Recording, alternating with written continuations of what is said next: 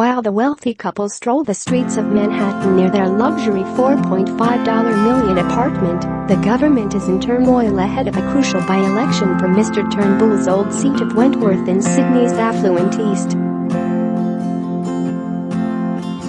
In the aftermath of an ugly leadership spill, the coalition has been hit by major internal leaks and claims female MPs were bullied during the leadership crisis. New Prime Minister Scott Morrison took a thinly veiled swipe at his predecessor in a Monday television interview, declaring he is a boy from the suburbs, not a billionaire, a jab at the Turnbulls' estimated $180 million fortune. Despite leaving a crumbling coalition in his wake, Mr. Turnbull reacted angrily when approached by the media near his apartment building and asked to be left alone, saying the couple was just here privately on a break. Scroll down for video. Are you going to stalk us now? An irritated Mr. Turnbull asked News. Com.au reported. He then said, "Why don't you leave us alone?" and filmed a photographer using his smartphone. "We've been harassed by paparazzi this morning," Mrs. Turnbull explained. After trying on baseball caps at the street stall, the Turnbulls walked from their Art Deco building on the city's exclusive Upper West Side to a local Whole Foods supermarket. While the pair stocked up on groceries, back in Australia, a leak revealed Mr. Turnbull was days away from signing a $4.4 billion 10-year deal with the Catholic and independent education sectors before the leadership coup. Share this article. Share 159 shares. A further $7.6 billion in road and rail election sweeteners were revealed in an earlier leaked list showing Mr. Turnbull signed off in infrastructure projects across the country. The leaked list notes $1.5 billion would reportedly go towards early planning and pre-construction of a high-speed rail network on Australia's east coast, while more than $3 billion would go to seats in Western Sydney.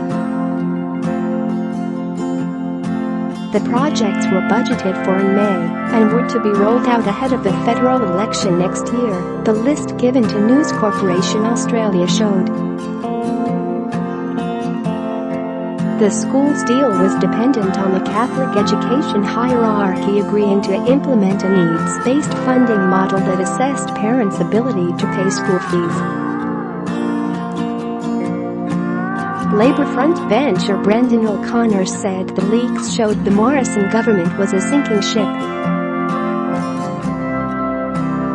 "A sinking ship has leaks. We are going to see continually from this point on more disclosure of internal decision-making by the former Prime Minister and the current government," he told Sky News.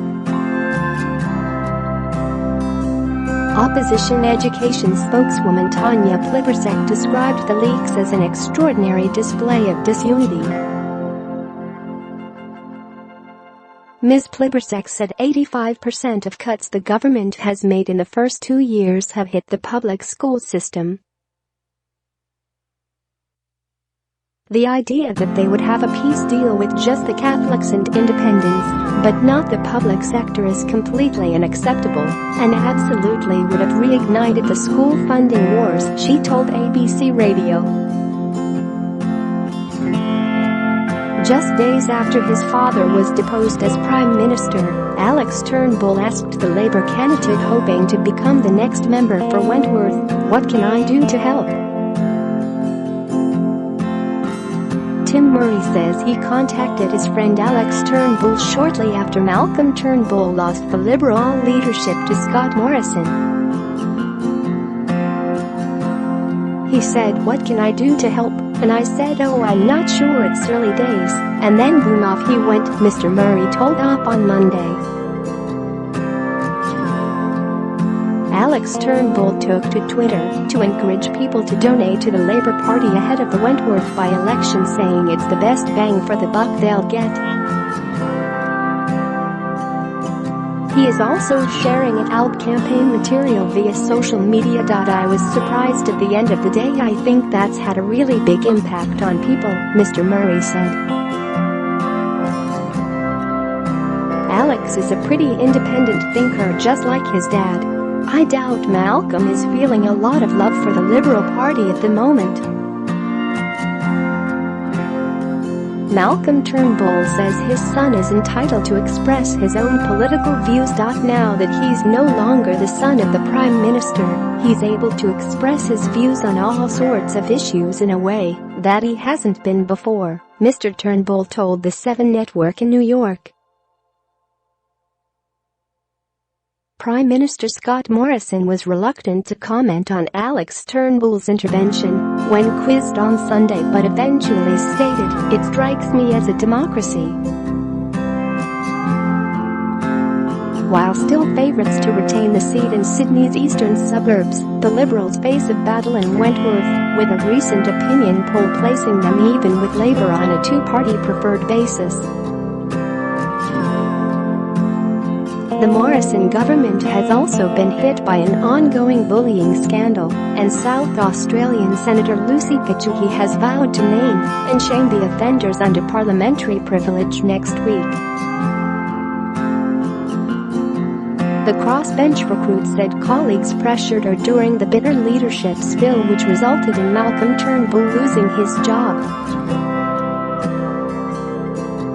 Ms. Turnbull revealed she was asked if Mr. Turnbull was the right man to lead the coalition to the next election 2 months before the plot became public. For that question to arise then, something was already happening, I guess, she told ABC Radio. The question came during her pre-selection process, which led to her being relegated to the unwinnable 4th position on the Liberals' SA ticket for the next election. Senator Turnbull is calling for the Liberals to adopt a formal dispute resolution structure, describing the current process as a pure kangaroo court. It comes after Victorian MP Julia Banks announced she wouldn't recontest her seat, blaming bullying and intimidation from fellow Liberals. Senator Turnbull said his colleagues had been intimidated, including threats to pre-selections over voting intention in the leadership ballots. "I had senators and ministers in tears, that's how bad it was. One of my colleagues was in tears the whole day," the SA senator said. Minister for Women Kelly O'Dwyer said male and female colleagues had told her they were mistreated during the leadership storm. "It is clear to me that people were subject to threats and intimidation and bullying," Ms. O'Dwyer told the ABC.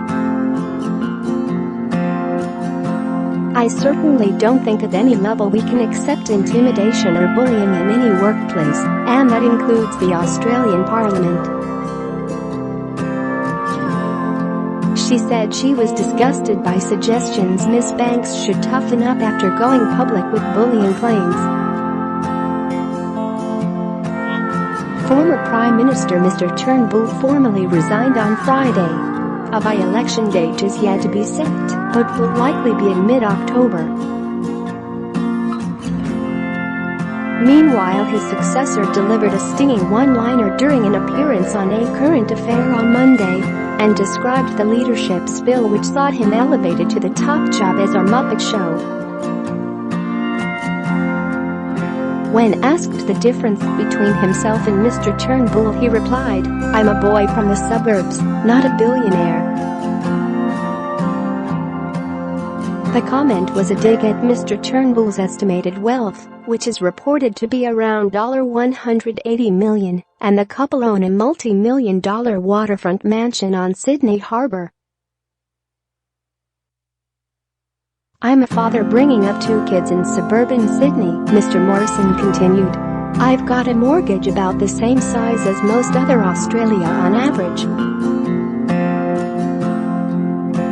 After seizing the nation's top job in an extraordinary three-way leadership ballot over a week ago, he promised stability within government and a new era of leadership. Parliament resembled a Muppet show a week ago. It is a new generation of Liberal leadership, he told Nine's Tracy Grimshaw. I'm starting fresh. If they leakers within Parliament are feeling wounded, if they are feeling damaged, or if they're feeling hurt, you know what, get over it, because we've got a country to run, and that's what I've demanded of them.